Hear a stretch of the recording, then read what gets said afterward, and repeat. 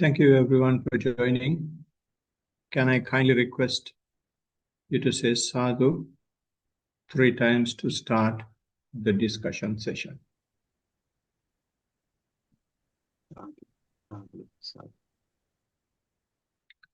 Namo tassa bhagavato arahato samma sambuddhassa. Namo tassa bhagavato arahato samma sambuddhassa. Namo tassa bhagavato arahato samma sambuddhassa. Panchahi bhikkhave dhammehi samannagato bhikkhu attahitaya cha patipanno hoti parahitaya cha.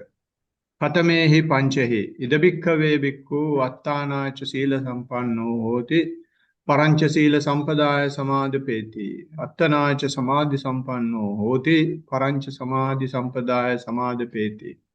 Attana cha panya sampanno hoti panya parancha panya sampadaya samadhipeti.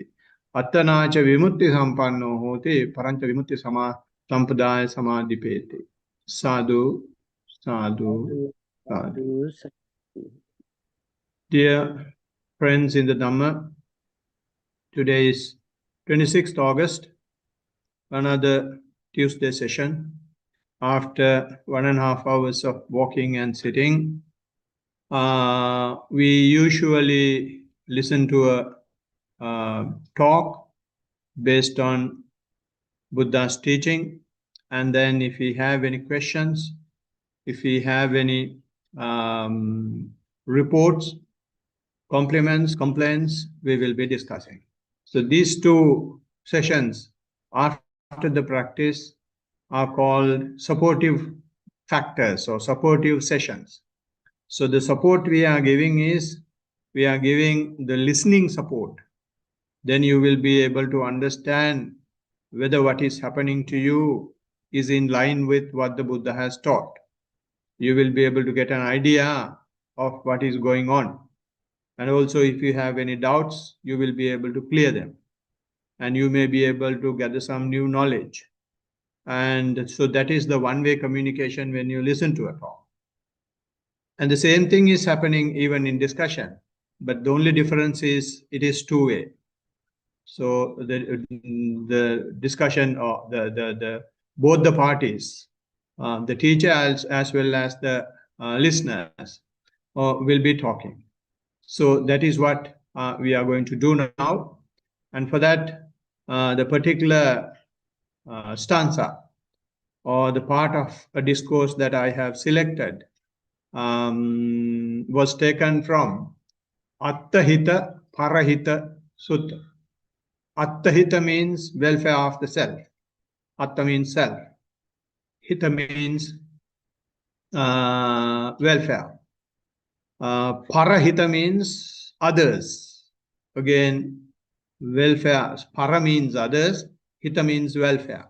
So the meaning is again welfare of others. So what we basically do here is now talking about welfare of the self as well as of the others. So for someone to do that, Buddha has given 5 basic points. And the first one is, Bhikkhu is himself accomplished in virtuous behavior, and then encourages others to become accomplished in virtuous behavior. So it's a very clear signal by the Buddha. First you get on board and then take others on board. So this is very serious talk when we see what is happening in all the spiritual sections across the board. Most of the teachers are not accomplished, but they teach. They teach everything straight from the book, but there is no accomplishment. So here Buddha very clearly says, you must accomplish. Not having knowledge is sufficient. So, but this is gone the other way around, so far as all the denominations are concerned. They are based on education, so they have a huge knowledge. But are you having that? Then they go down. No one has accomplished. So the message of the Buddha is, first you reach there and then tell others how, to the extent you have reached, others can reach the place. So virtuous behavior you accomplish and then encourage others to do that. And then the next accomplishment is talking about is the concentration. You accomplish your own concentration and then encourage others to become accomplished in concentration. And then the next one is accomplish the wisdom and then encourage others to accomplish the wisdom. And then accomplish the liberation and encourage others to become accomplished in liberation. So we have discussed the first three already. How one can be virtuous, which means restrain your physical and verbal deeds, and which is supported by the mental involvement, which is supported by the mind guidance.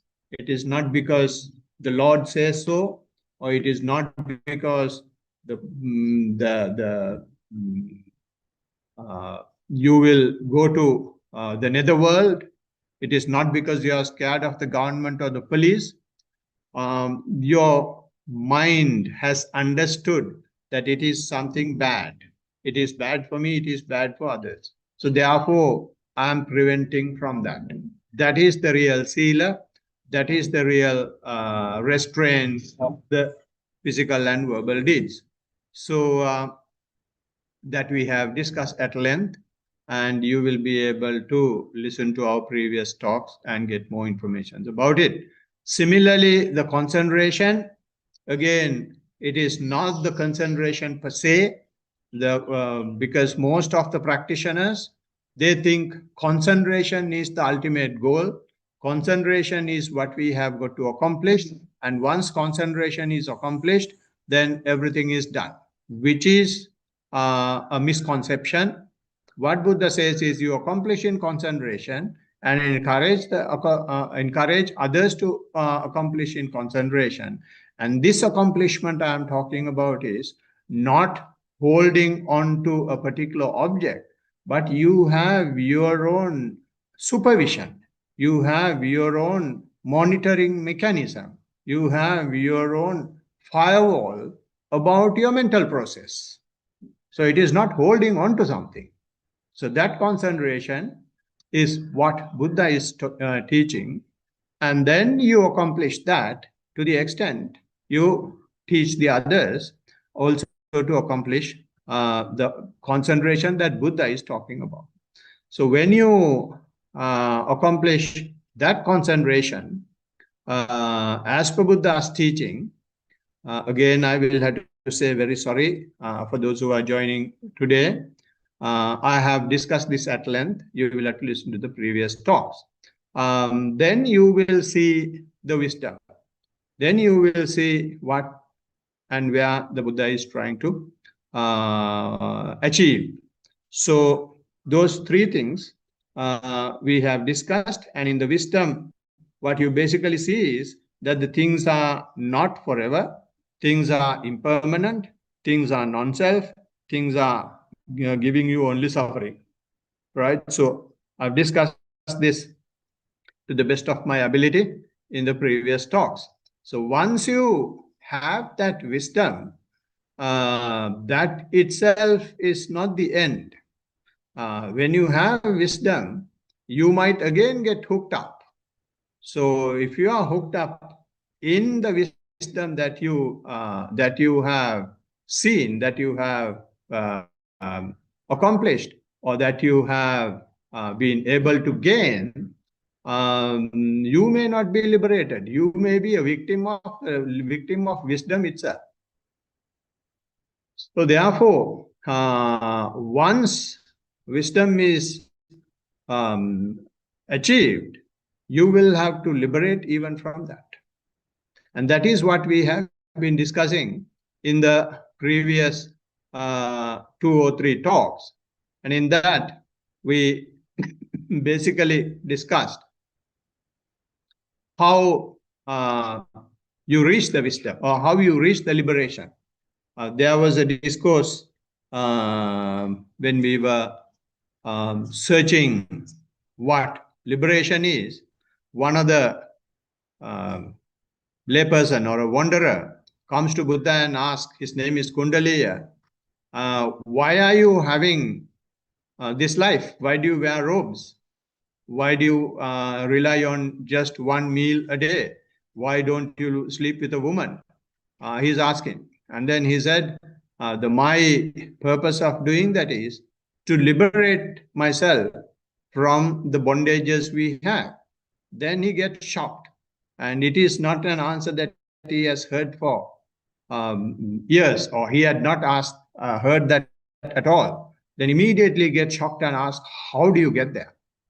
As if he has been waiting for that answer. Then the Buddha says, in order to get there, you should have the enlightenment factors developed. And then in order to develop enlightenment factors, what have you got to do? Then he says, the Blessed One says, you'll have to develop 4 foundations of mindfulness. So this is why we call it mindfulness session. And what we develop is mindfulness. When you develop mindfulness, we will develop 4 foundations. And as a result, over time, we will develop enlightenment factors, and that will take you to the liberation. And again, about enlightenment factors, we have discussed in one of the previous talks under liberation. And then last week, we discussed, there is a discourse called Vimuttayatana Sutta. Vimuttayatana Sutta means the faculties that gives you liberation. Or I would say doors that will be opened for liberation. So Buddha has said there are 5 instances in which your liberations might come. And the one is when the Blessed One or one of his disciples is teaching Dhamma to you. And the other one is when you teach Dhamma to somebody else. Also liberation will come, because this is Buddha's teaching. So when you hear Buddha's teaching, you will get involved with its meaning, and you will be concentrated, and then the flow of Dhamma will start working within you. So then you will be opening the door for liberation. And when you teach as well, you are teaching Buddha's word. Then you yourself, you are teaching somebody else, but you yourself will live in what you are teaching. Then your liberation doors may be open. And also it says, when you recite Buddha's discourses, this might happen. And also it will happen when you ponder and examine and inspect whatever the object that is at hand. That is what we do in mindfulness. Whatever the object that we get, we just get close to it. We just become aware of it. And we just get as much details as possible. We try to bring our attention to right now, right here of myself. So when you do that, when you bring your attention, when you bring your awareness, so what you basically do is you ponder it and examine it and inspect it as much as possible. So that's another door. So this is what we are doing. Buddha is not there, and all of us can't teach, and all of us, don't recite. Sometimes most of the people who recite the discourses or the suttas, they just recite the word, and most of them don't know the meanings. So therefore, it will not open up your liberation doors. But here Buddha says, in this one, when you ponder and examine things, it is something that everybody can do. And that is what we are doing. and the other one is there is another door which is grasped well, a certain object of concentration, attend to it well. So it's again slightly deviating from the present one. In the previous one, you ponders it and you get more details and you examine it. But in this case, you get one object and then go deep into it. And even through that, we will be able to open the gate of liberation. So whatever you do, what happens is the enlightenment factors will get awakened. Once the enlightenment factors will get awakened, then your door of liberation has started. So when that happens, the Blessed One says, the monk or the person who is practicing should be very ardent. He should attend to it immediately and well. He should not get shocked about it. And he should, as much as possible, do it with vigor, with a lot of energy, without being afraid. And he should do it, he should penetrate it as much as possible, which means keep observing it as much as possible. And also, he should be able to do it in just that way in relation to that Dhamma. He experiences inspiration in the meaning. So when these things are happening, especially listening to a talk and giving a talk and reciting, you should, when you get the meaning, you should go deep into the meaning. You should experience the meaning. And those qualities should be there. And another quality is you should be able to get as much as possible experience the inspiration in Dhamma. So in this manner, in the first one, you experience the inspiration in the meaning. And once you get the experience of inspiration in the meaning, then it will start working within you. So once it starts working within you, you should let it happen. You should get an inspiration from what is happening. Most of the time, what happens is when some experience comes to us, we get shocked. Why? How it is happening? I'm expecting this. What is this going on within me? And you get shocked. So without getting shocked, so you have been able to come close to you. Once you come close to you, you let any damn thing happen and keep observing, keep observing. Sometimes the things that are happening may be totally unexpected, not just unexpected, completely unbelievable. But still, if you have the faith and if you just keep it, let it go, then that is a quality that you should have when the liberation doors are opened for the Dhamma to progress. So even if you have the doors open, if you don't have these qualities to get close well and to sustain it and get the inspiration and penetrate it, then if you don't have these qualities, although the doors are open, after some time door will get shut. And although it is shut, if someone has come to this close, they are not shut forever. They will get open again when the conditions become right.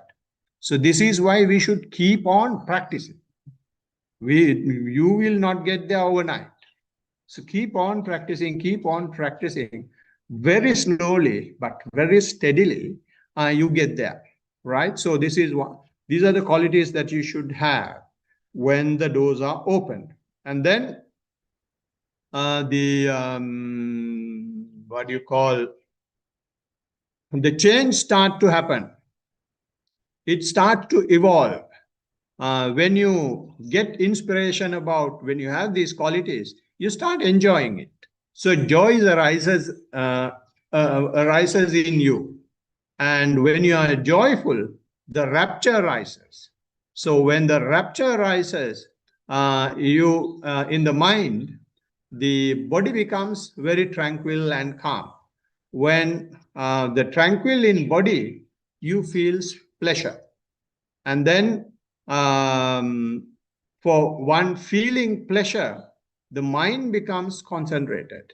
So this is the change. This is the evolution that will happen when you have the qualities and when the doors are open. So initially you will be afraid of it. Initially you will be doubting it. Initially you will be questioning it. Initially you may want to just stop everything and go away. But after discussion, after listening to talk, when you keep on practicing, gradually you will get used to it, and then you may start enjoying it. So once you start enjoying what is happening, then it starts evolving: joy to rapture, rapture to tranquility, tranquility to the next stage, which is pleasure. And then from the pleasure, it goes to concentration. But keep in mind, these are not things that you can do. These are things that happens. You will have to you have got to do just one thing. That is, let anything happen, simply keep observing with a smile on your face. Then this evolution is ready. Buddha has already made that for us. There is nothing for us to go and poke our fingers in. It will happen if the driver in the seat is mindfulness. If you keep the mindfulness to the fore, these things very smoothly will flow. But having said that, again, it will not happen overnight. Again, it is easier said than done. But it is very much possible to any human being who has the will to do it. You should have the will to do it. And if you don't have the will, and I don't think noble friends will go and cultivate will in other people's mind, they will say, something like this is there. Do you want to take it? If you want to take it, come on board. Otherwise, bye-bye. We will mind our own business. So once this change, once this evolution happens, then Buddha says, you get the liberation. And he says, how it is liberated is, his unliberated mind gets liberated. Because he is going from rapture to pleasure to, and it keeps changing for the positive side, keeps going on the positive energies. And undestroyed tens are destroyed and utterly destroyed. And then when this happens, the Blessed One says, he reaches as yet unreached, unsurpassed security from bondage.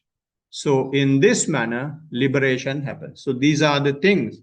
Again, last week, we discussed that in detail, taking about 1 hour. And I have just given a brief summary of the entire thing that we have discussed so far. Now, today, I'm going to discuss another side of this liberation. And the discussion about is types of liberations we have. And there is a discourse called Vijja Bhagya discourse. And this discourse is in numerical discourses in the section of twos.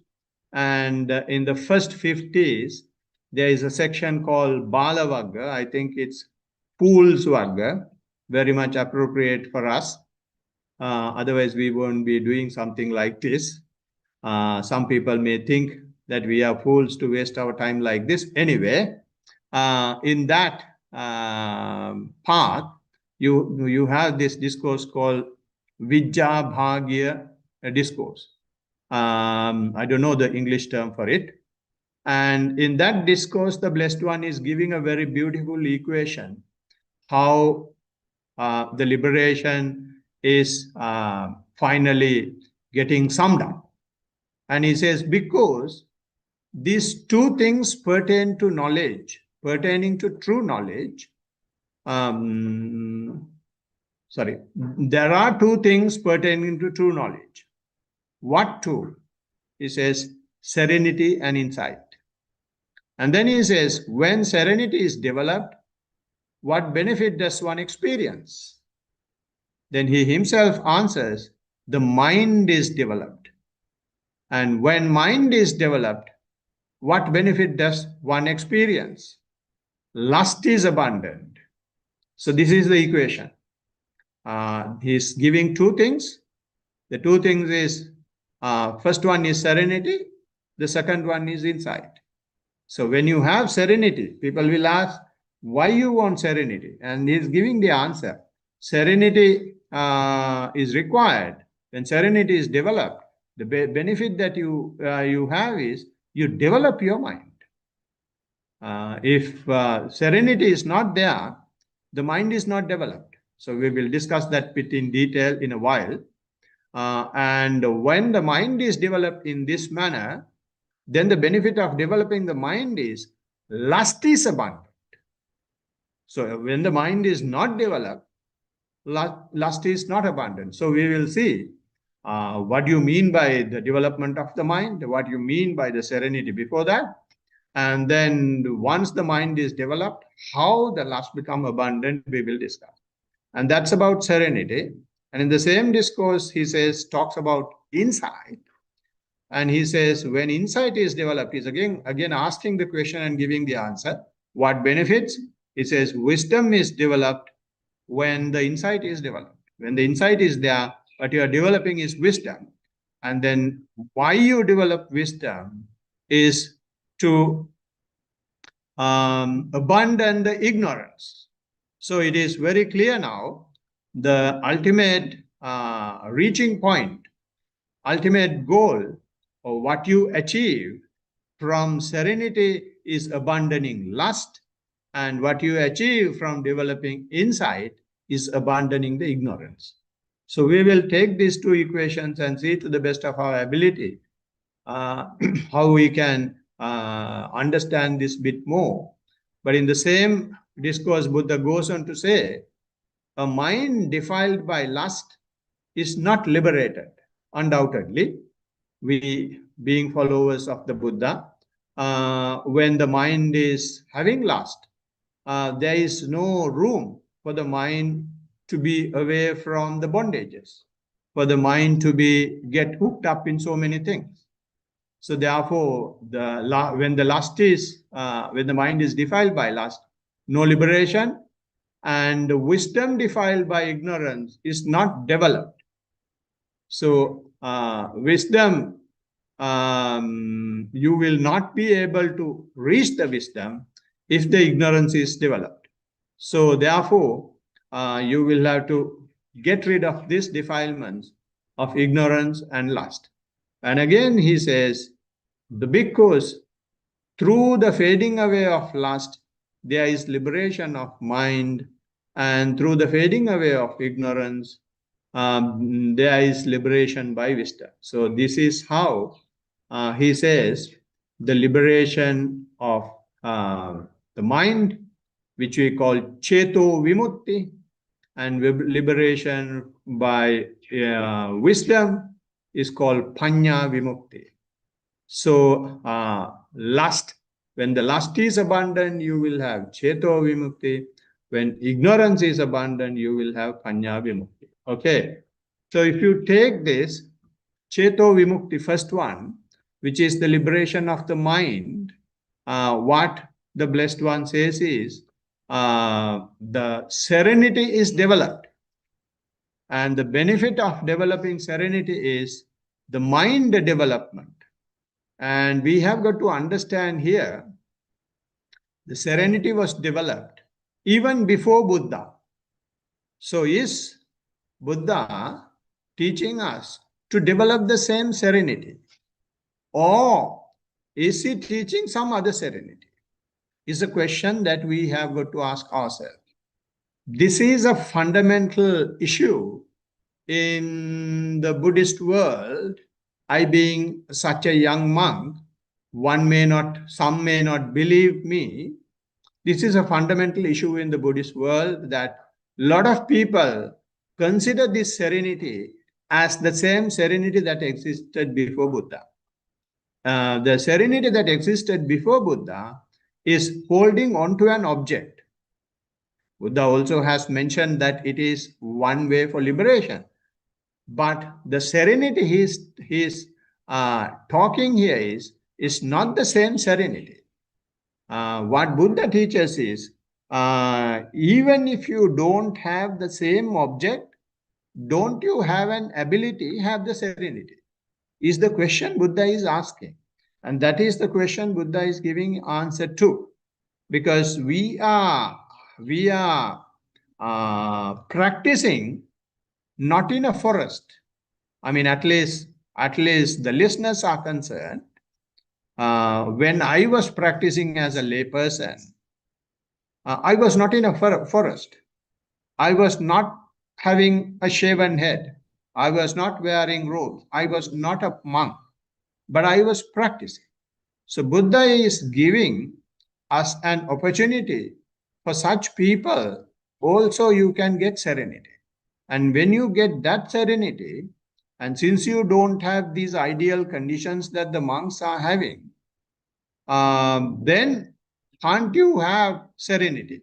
Is the question Buddha is asking. So therefore, when we really practice, Buddha is not asking us to hold on to an object. What Buddha simply says us is to keep the mindfulness to the fore. When you keep the mindfulness to the fore, it is not necessary for you to have just one object. Irrespective of whatever the object that comes before you, you will be simply aware of it. When you simply become aware of it, and when you maintain simple awareness, instead of holding onto the object, you naturally become settled down. You naturally become calm because you don't try to hold on to anything. You have the breath and you say, yes, I'm observing breath. Then you hear a sound. Yes, I'm aware that I'm hearing a sound. You start getting thoughts, all vulgar thoughts, weird thoughts, utterly confused. Yes, I am aware. That's the only thing that you will be reminding yourself about. And with that, while working, while raising kids, while doing things in the society, so many variables are there, but you are not holding on to anything. You are going through them. You are just going without meeting with an accident with them. All these things are coming towards you, head on towards you. You are going against them, but without making an accident, right? It's like what I basically call is you are driving your vehicle in the wrong direction on a one way, but you don't meet with an accident. So that is because your mind is settled. You are not trying to hold on to anything. Whatever that comes, you simply become aware. When you become aware, you neither chase one and try to grab one. So that way, we get serenity. That way, we become calm. That way, we become peaceful. And that is the teaching of the Buddha, because he's teaching us something live. He's teaching us something practical on a daily basis.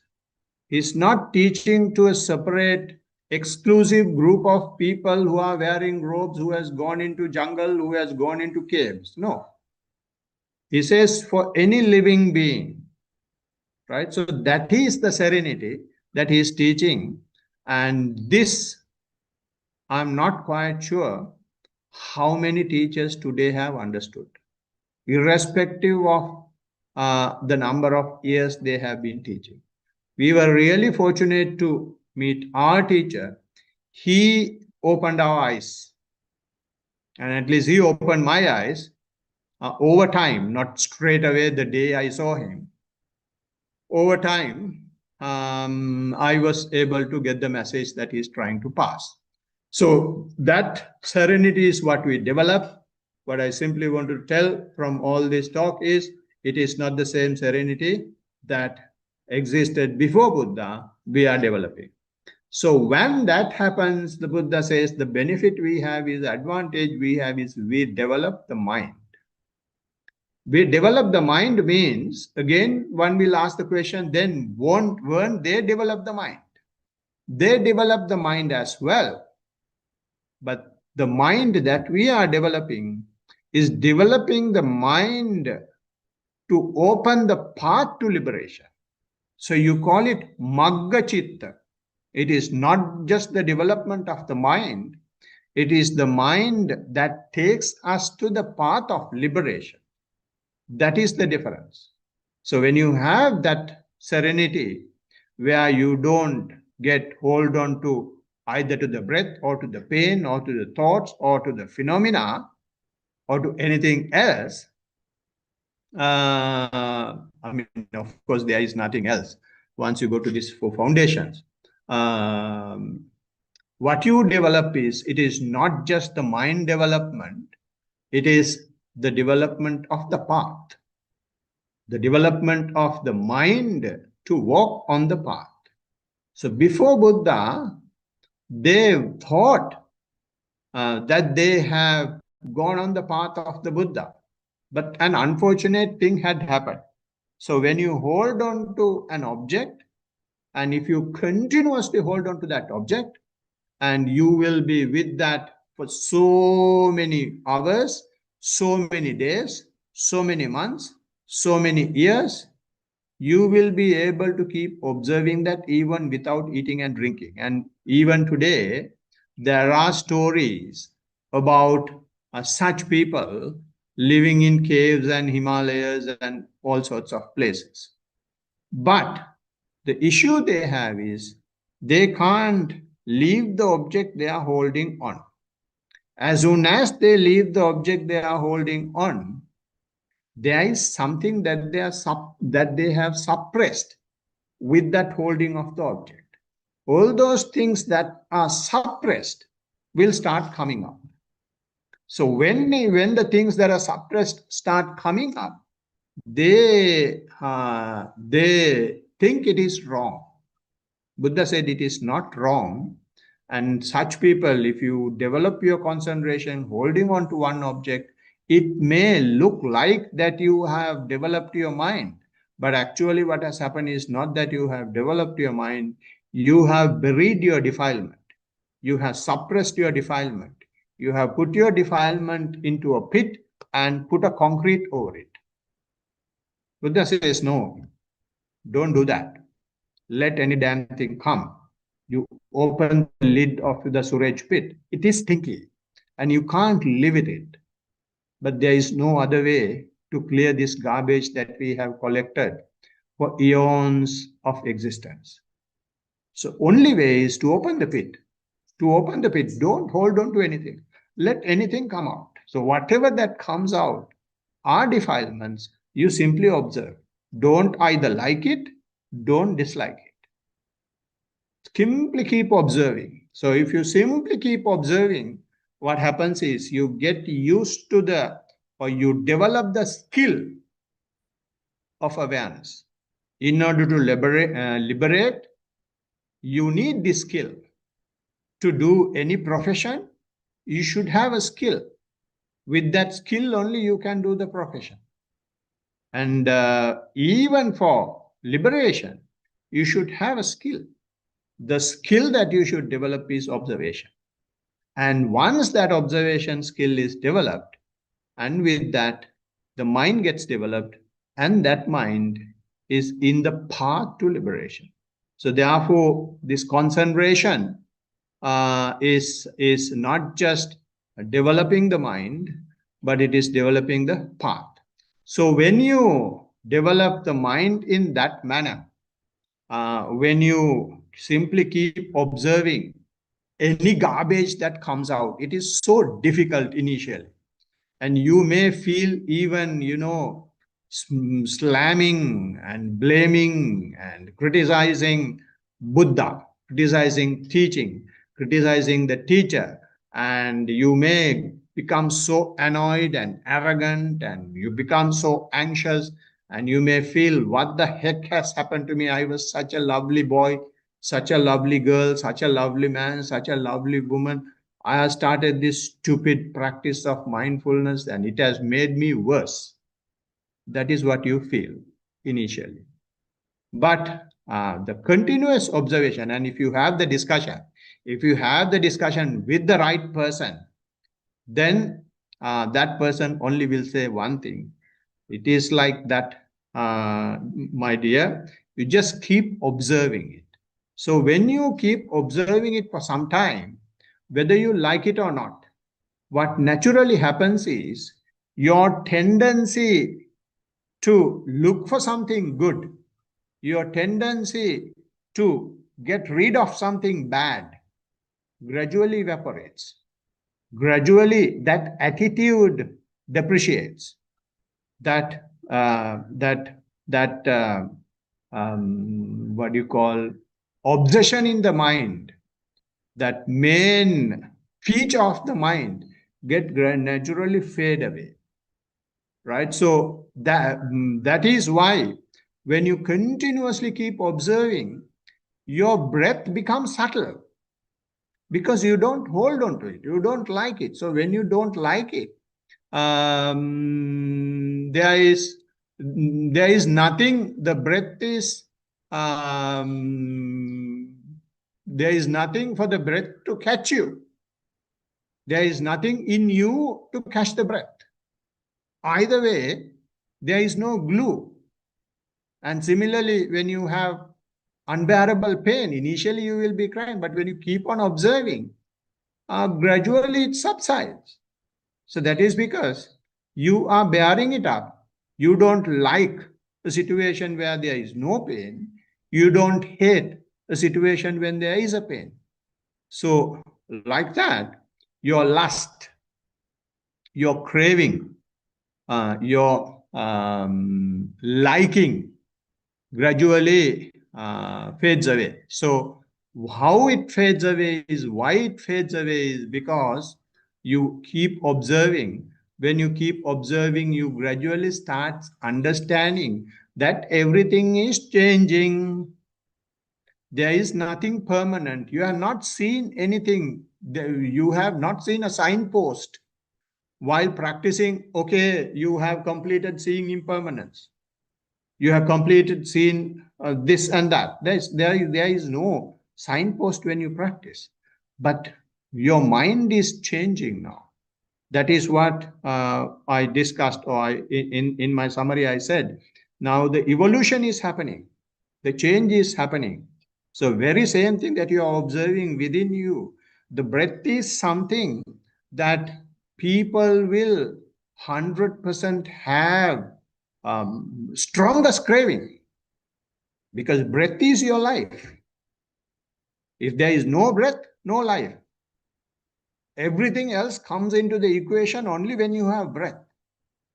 That very same breath that you are observing is fading away. You don't give a damn. You simply keep observing.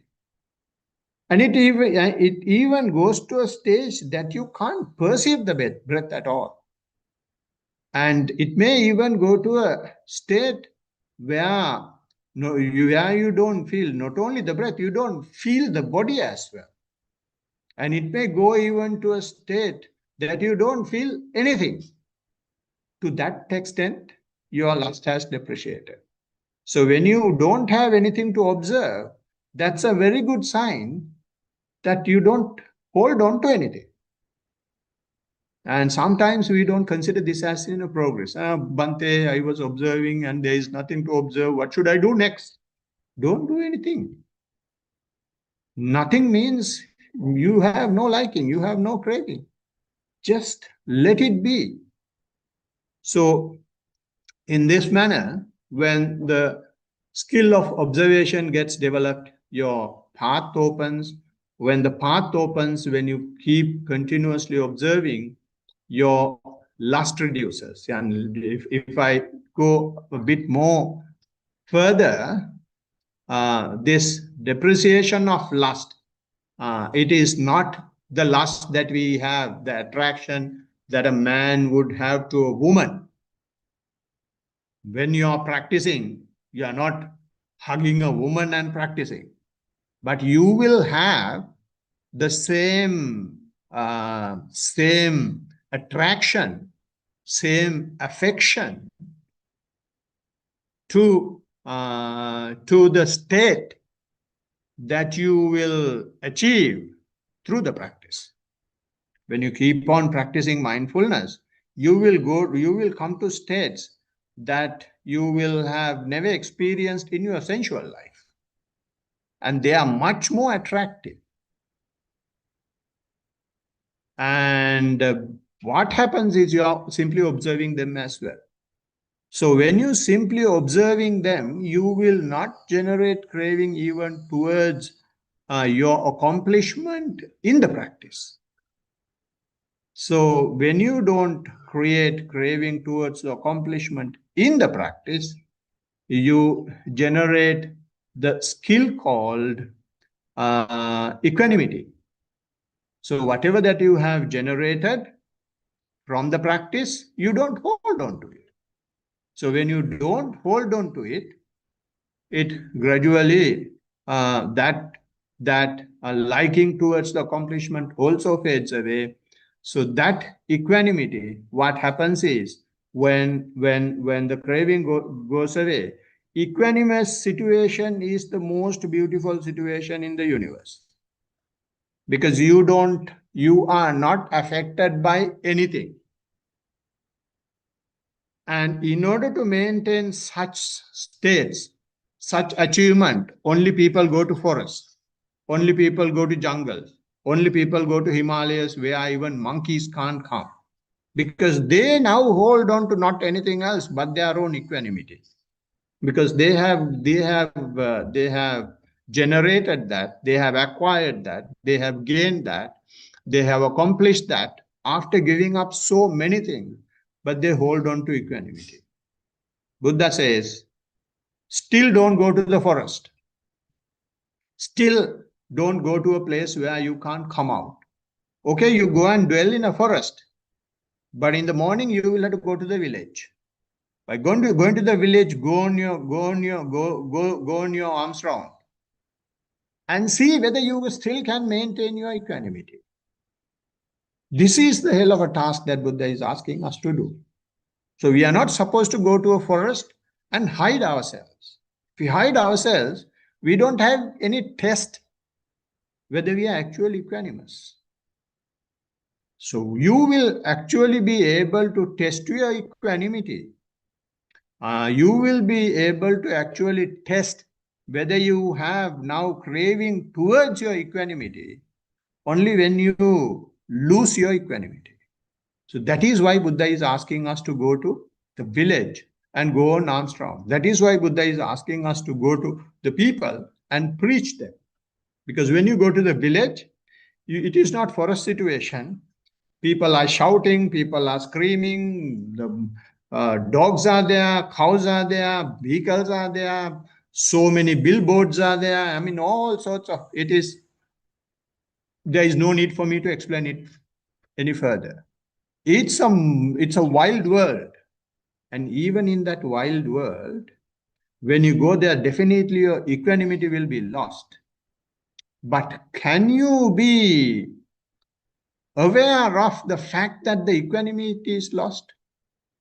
You are not running back and hiding in the cave, hiding in your kuti, hiding in your room, saying, I can't go on the arms round because all these women are wearing half naked. I can't go. No, let them wear half naked. You keep your mind steady. Don't worry about what they are wearing. Okay, of course, your equanimity will get disturbed. You can be aware of the fact that it is disturbed. So when you can become aware of the fact that it is disturbed, then only you are really equanimous. That is what Buddha says in Phenomena section in Dhammanupassana. When you have equanimity, you become aware that the equanimity is there. When you lose equanimity, you become aware that the equanimity is lost. And keep that happen over and over again, over and over again, over and over again. Then your equanimity becomes even cemented. Then only your equanimity will be completed. So in that manner, you will have to, through the practice, through keeping the mindfulness to the fore, you might be able to not have lust even towards the equanimity which is achieved after giving up everything else. So that is the Cheto Vimukti Buddha is teaching us. But he is not done yet. He says, although this has happened, although this will come, mind is not completely dead. Mind will have still shackles. Mind will still have taints. Those taints will come in the form of imperfections. He is giving, there will have situations where you will generate now little bit doubt about the teaching. When the practice is developing and when the practice is coming to such a high level, you will start asking questions. Now you don't have the breath and you don't like anything, and even at home you just do things just because you have a duty to do things, and even in the office you do everything not because you really want to have a promotion or you want to have pay rise or you want to become a big boss or you want to achieve this, you want to achieve that. No, you simply do it because you need some money to live. And when these things are happening, the mind will come into the picture and ask, can you live like that? Is this the way the practice is working? So isn't my inspiration, isn't my ambition should be more towards these things? So if the mindfulness is working and it should increase my efficiency, and then I should be able to do more things like that, some thoughts process will start questioning your achievement, questioning the teaching, questioning the teacher, questioning Buddha, and in many ways, in many different forms, the questions will come. So, so those imperfections of doubt will arise, and there will have imperfections of sloth and torpor. So, especially when you don't have lust, and when the lust is depreciated, and you don't have any aim, you don't have any object. So the mind will hide. Mind will go to sleepiness. Mind will go to sloth and torpor situation. So this is again another imperfection.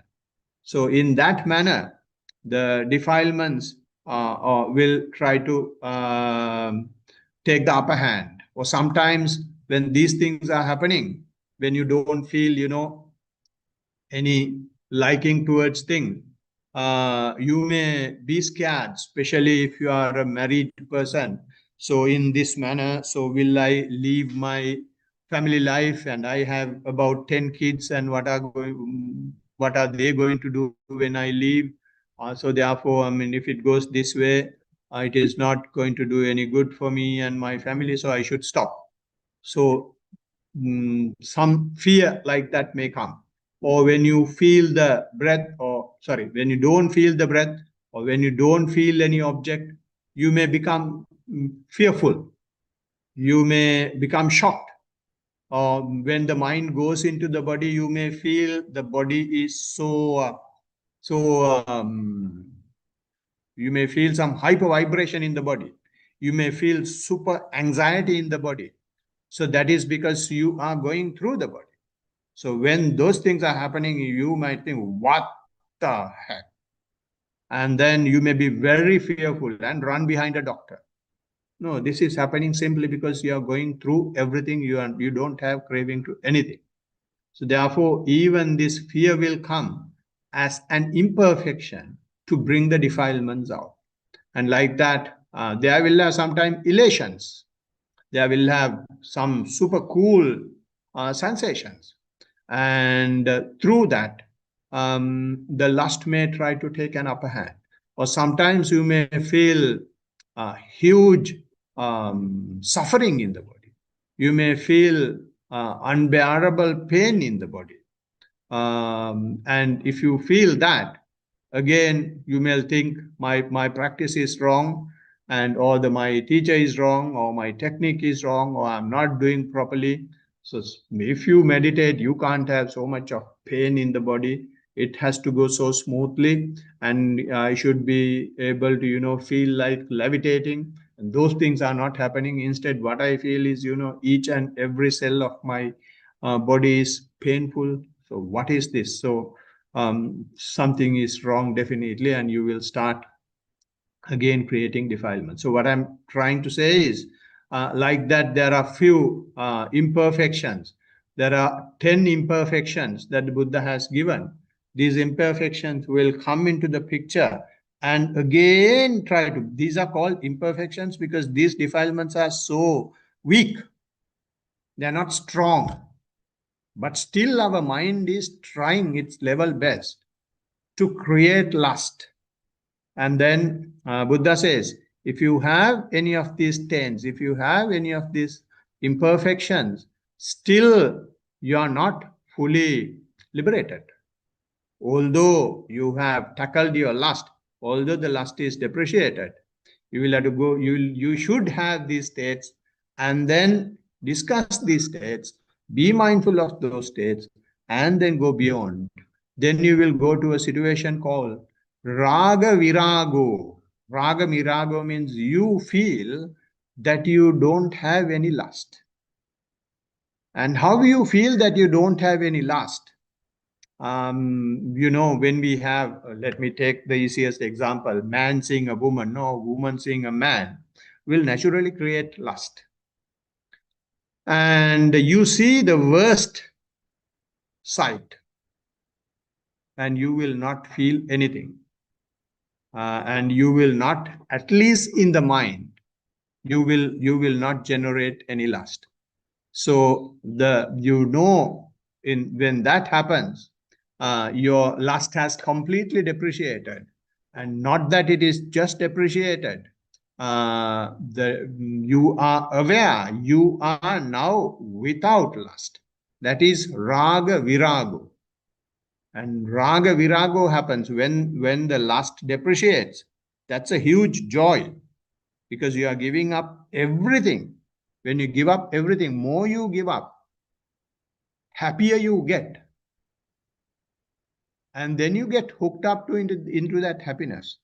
Now that happiness is also given up. Then you become raga viraga. So once you give up that happiness through a depreciation of raga, there is nothing else to tickle you, nothing else to trigger you into lust. So then it will become cheto vimukti and the liberation of the mind. So I was able to today discuss only the liberation of the mind. There is another section. Once the liberation of mind, once the lust is depreciated, that is not enough. We don't know whether we have the wisdom, liberation from wisdom, liberation from ignorance. So we will have to discuss that in the next session. So until then, may you all be able to practice well and get yourself liberated both from ignorance and the lust. Blessings of the Triple Gem.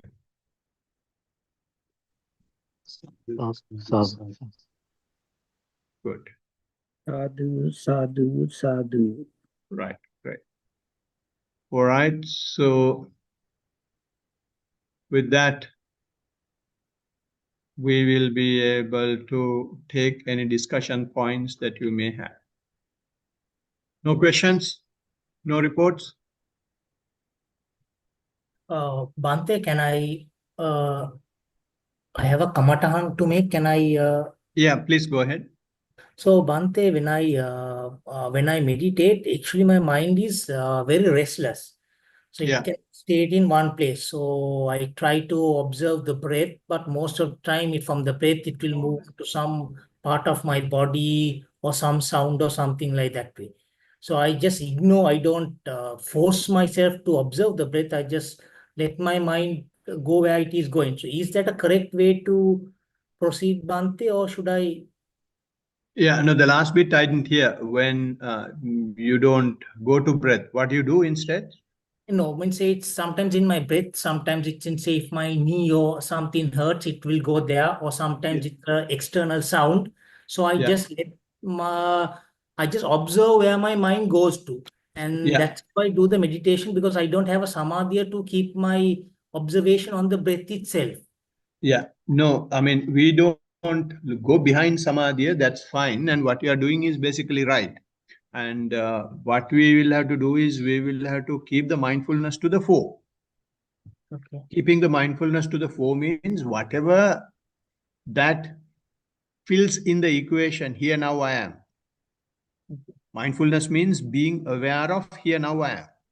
So if I am is breath, if now is breath, if here is breath, you observe that. If that changes to pain, you observe that. Sorry. If it goes to a sound, you observe that. If it goes to a thought, you observe that. So that is keeping the mindfulness to the fore.